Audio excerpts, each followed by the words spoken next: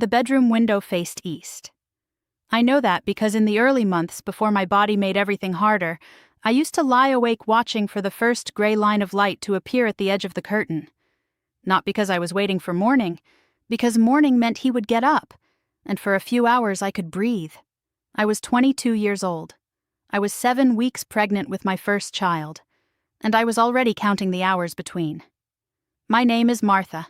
I grew up Old Order Amish in Holmes County, Ohio.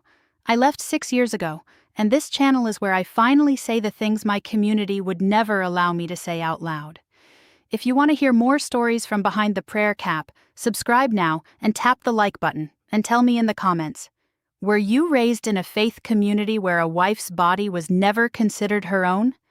I read every single one. Now let me tell you what Amish husbands are permitted to do during a pregnancy, because there are no rules, and the absence of rules is its own kind of rule. In the outside world, pregnancy comes with a kind of cultural protection. People ask how you are feeling. They tell the husband to be gentle. There are books, there are doctors, there are conversations about what the body is going through and what it needs. The woman becomes, for a season, someone whose comfort is considered. In my community, pregnancy meant something different. It meant you had fulfilled your purpose. The bishop preached it plainly. A wife's body is given to her husband and to God, in that order, and the fruit of that union is the evidence of both. Pregnancy was not a condition that changed anything.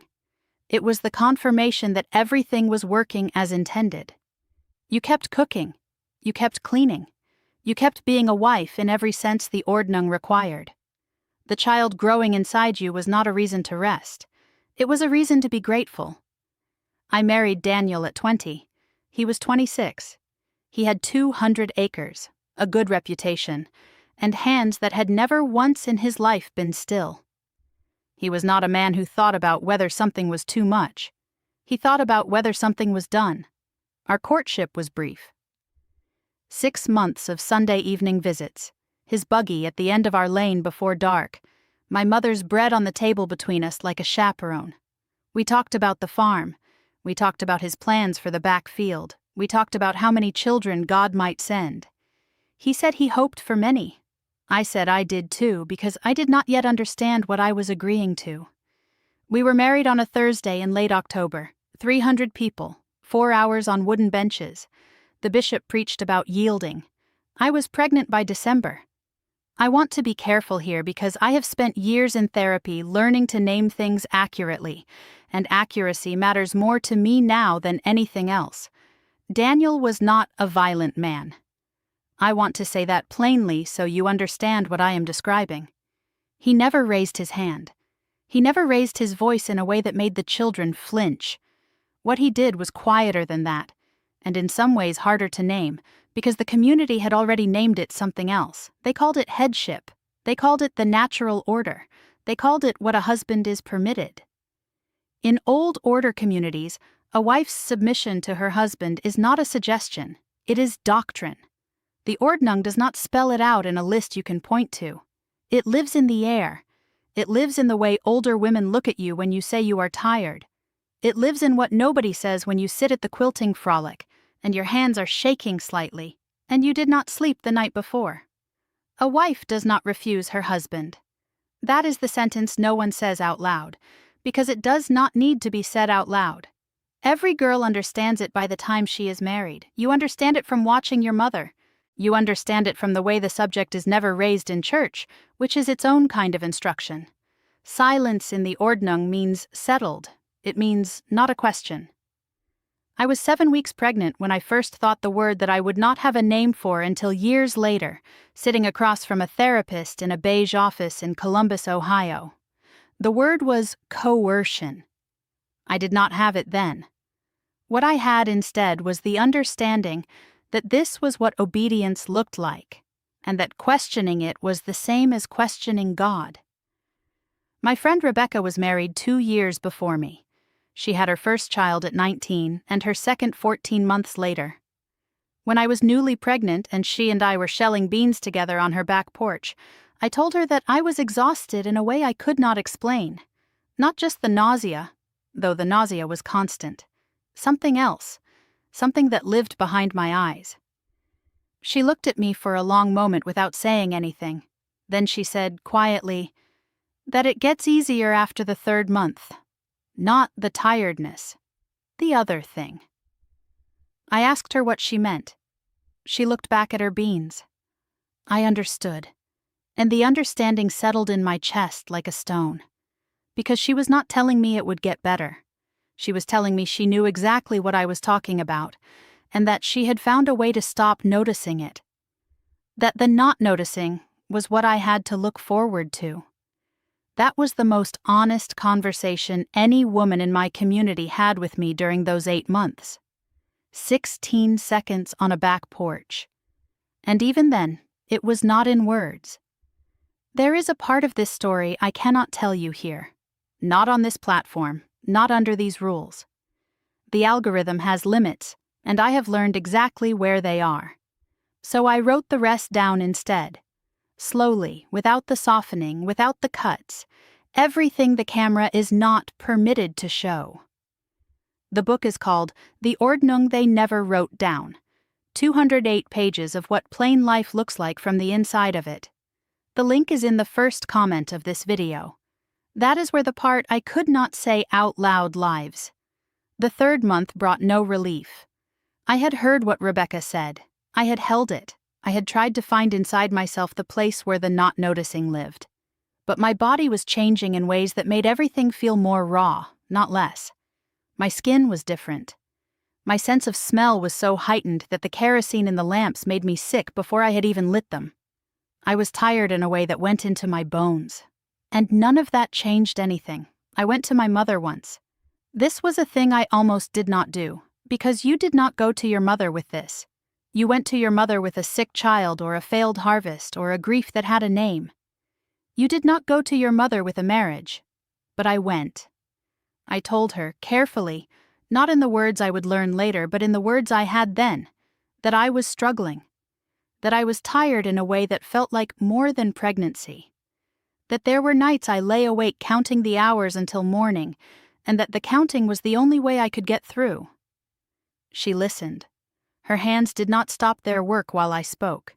She was mending a shirt, one of my father's, and the needle kept moving through the fabric in small, even stitches. When I finished, she said that Daniel was a good man.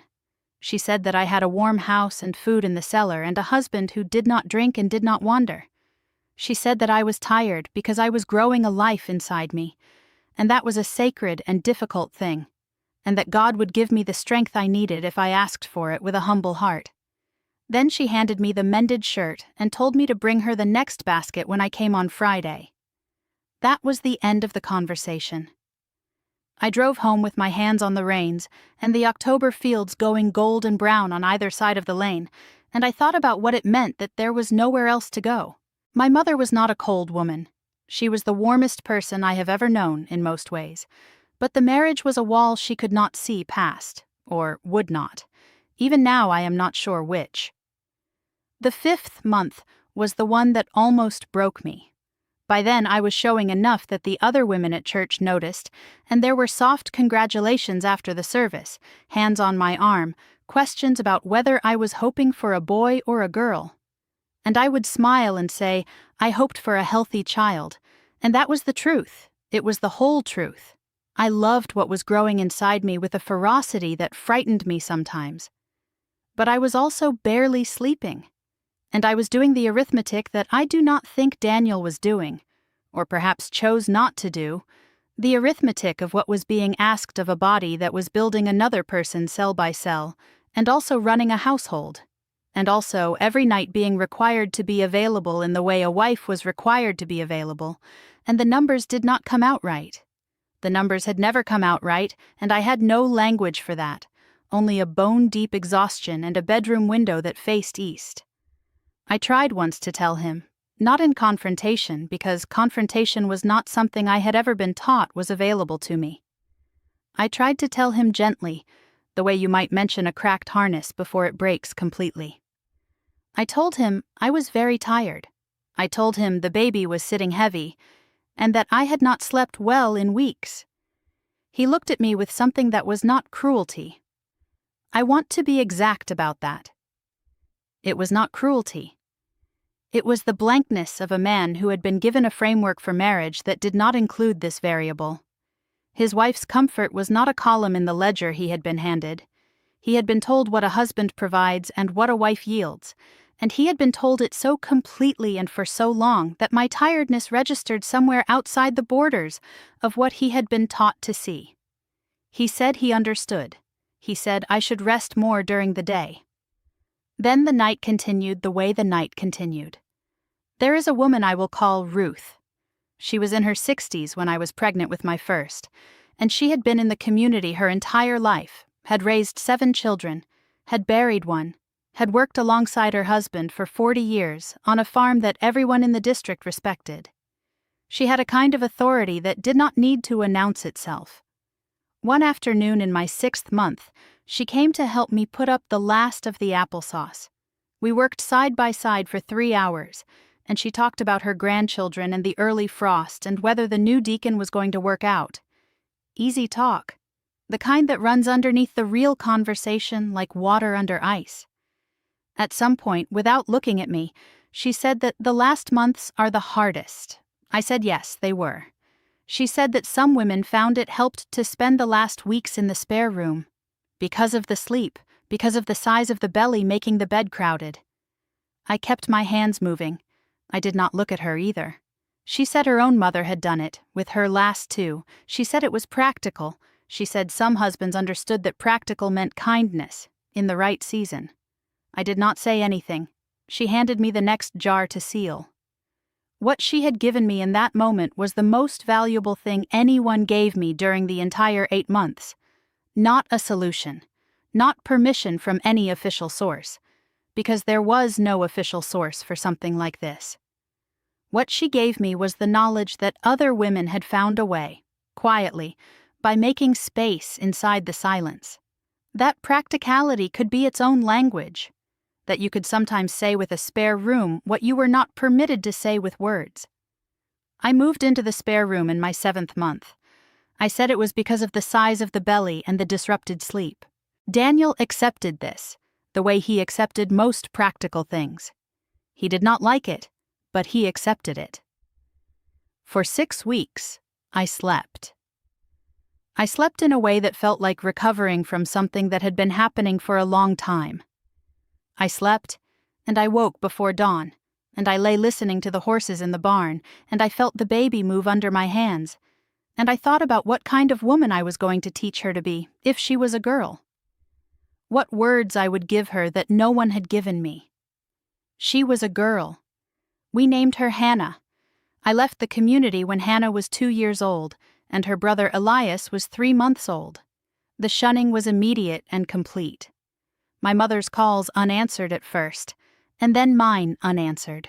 Letters returned. The door of the house I had grown up in closed in a way that felt physical, like a hand on my chest. I found a therapist in Columbus. She was a small woman with reading glasses she was always losing and a very direct way of asking questions. In our 3rd session, I described those 8 months to her in the only words I had at the time, which were not precise but were honest. She listened without interrupting. When I finished, she was quiet for a moment. Then she said, "What you are describing has a name." That sentence. I have thought about it almost every day since. Because I had lived inside something for 8 months that the community I came from did not have a name for, by design, and the absence of the name was the mechanism. If there is no word for it, it does not exist.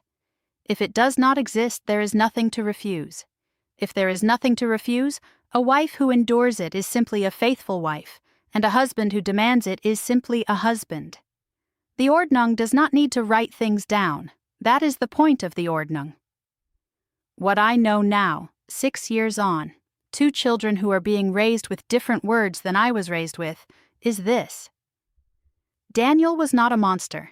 He was a man so completely formed by a system that his wife's body did not exist in his understanding as something with its own needs and its own limits. That is not an excuse. It is an explanation of how ordinary the harm can be, how it can live inside a good harvest and a warm house, and a husband who does not drink and does not wander. How the most ordinary life can be built on a foundation that was never questioned, because questioning was never offered as an option. Ruth gave me 6 weeks. My mother could not give me any. The church gave me doctrine. The Ordnung gave me silence. Hannah is 8 now. She asks questions constantly. She asks why and how and what does that mean and can I see for myself? Every single time she asks, I answer, even when I do not have the answer. Especially then. If you were raised in a place where your body was not considered yours, I see you. If you were told that endurance was faithfulness and that asking was pride, I see you. If you found your way to a spare room and called it practical because there was no other word available to you, I see you too.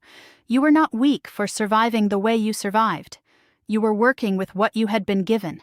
And what you were given was never enough. That was never your fault. If you want to read the version of this story that YouTube will not allow, the full pages are in the Ordnung they never wrote down. First comment of this video.